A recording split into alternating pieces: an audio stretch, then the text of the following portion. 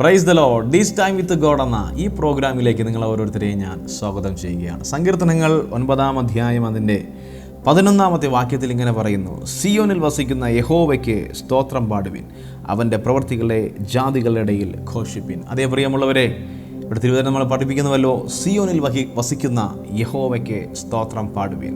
നമ്മുടെ ജീവിതത്തിൽ നമുക്ക് സ്തോത്രം പാടേണ്ടത്, അല്ലെങ്കിൽ ദൈവത്തെ ആരാധിക്കേണ്ടത്, ദൈവത്തെ സ്തുതിക്കേണ്ടത് നമ്മുടെ ജീവിതത്തിൽ ഏറ്റവും അനുഗ്രഹം നൽകുന്ന ഒരു കാര്യമാണ്. കാര്യം, ദൈവം സ്തുതിക്ക് യോഗ്യനാണ്. നമ്മുടെ ജീവിതത്തിൽ നമ്മെ ഓരോ ദിവസവും വഴി നടത്തുന്ന വിധങ്ങളെ ഓർത്തു കഴിഞ്ഞാൽ നമുക്ക് സ്തോത്രം ചെയ്യാതിരിക്കുവാൻ സാധിക്കുകയില്ല. ദൈവത്തെ സ്തുതിക്കാതിരിക്കുവാൻ കഴിയുകയില്ല.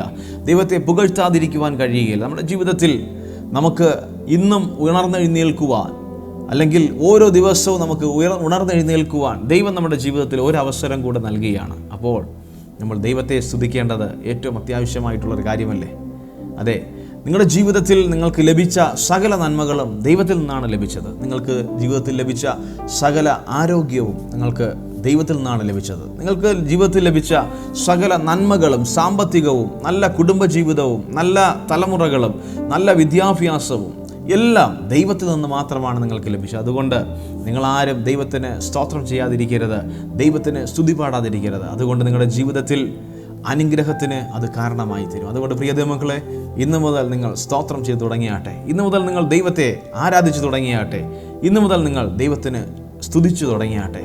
നിങ്ങളുടെ ജീവിതത്തിൽ നേരിട്ടുകൊണ്ടിരിക്കുന്ന പ്രയാസങ്ങൾ, ബുദ്ധിമുട്ടുകൾ, നിങ്ങളുടെ ജീവിതത്തിൽ നേരിട്ടുകൊണ്ടിരിക്കുന്ന കഷ്ടതകളൊക്കെയും നിങ്ങൾ സ്തോത്രം ചെയ്യുമ്പോൾ അതൊക്കെ നിങ്ങളുടെ ജീവിതത്തിൽ നിന്ന് മാറിപ്പോകുവാൻ തക്കവണ്ണം ഇടയായിത്തീരും. അപ്പോസ്തല പ്രവൃത്തികളുടെ പുസ്തകത്തിൽ നമുക്ക് കാണുവാൻ സാധിക്കുന്നുവല്ലോ, പൗലോസും ശീലാസും കൂടെ അവർ കാരാഗൃഹത്തിൽ ബന്ധനസ്ഥരായിരിക്കുമ്പോൾ അവർ ദൈവത്തെ പാടി സ്തുതിച്ചപ്പോൾ, അവർ ദൈവത്തിന് സ്തോത്രം ചെയ്തപ്പോൾ, അവർ ദൈവത്തിന് സ്തുതിച്ചപ്പോൾ അവരുടെ കാലിലെ ചങ്ങലകൾ അഴിഞ്ഞു മാറുവാൻ തക്കവണ്ണം ഇടയായിത്തീർന്നു. അവരുടെ ജീവിതത്തിൽ ഒരു വലിയ അത്ഭുതം ആ ദിവസം ആ കാരാഗൃഹത്തിൽ സംഭവിക്കുവാൻ തക്കവണ്ണം ഇടയായിത്തീർന്നു. അവർക്ക് മാത്രമല്ല, അവർ മുഖാന്തരം അനേകം പേർ അനുഗ്രഹം പ്രാപിച്ചതുപോലെ, അവരുടെ ജീവിതത്തിലെ ബന്ധനങ്ങൾ മാറിപ്പോയതുപോലെ, നിങ്ങളെന്ന് ദൈവത്തെ സ്തുതിക്കുവാൻ തയ്യാറാകുന്നുവെങ്കിൽ നിങ്ങളുടെ ജീവിതത്തിലെ ബന്ധനങ്ങൾ മാറിപ്പോകുവാൻ തക്കവണ്ണം ഇടയായിത്തീരും.